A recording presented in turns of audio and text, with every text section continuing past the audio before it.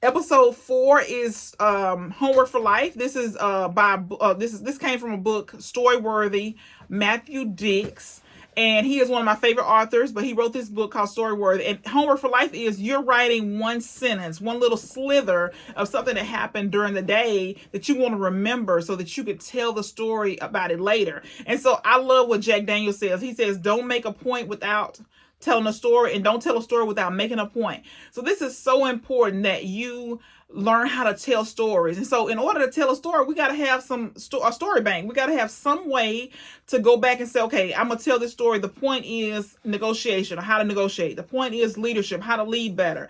Different things that we want to tell stories about. So we keep the story bank, and when we need to be able to tell stories, we can go back to our story bank. This one little sentence that'll help us remember what the story was for that day, that what's, what point we need to make, what's the story all about.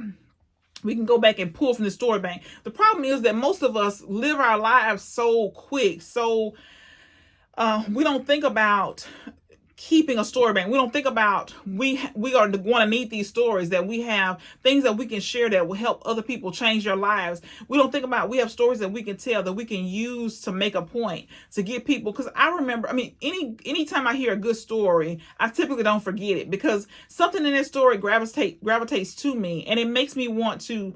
It keeps my attention. It makes me want to remember it. It makes me want to share it with somebody else. And of course, it always proves a point. So this is something that is so helpful. If you could just one sentence every evening, think about what happened during your day. What is something that you want to remember? What's a memory that happened, something that really gravitated to you, got your attention, maybe something you saw on TV, on social media, maybe something that happened in your work, but it's something that you want to remember so that you can share with somebody else, that you can use to make a point. Maybe it's customer service, whatever it is for you. You just want to need, maybe it's something you want to talk to your kids about, and you're trying to figure out a story that you can wrap it up in a point.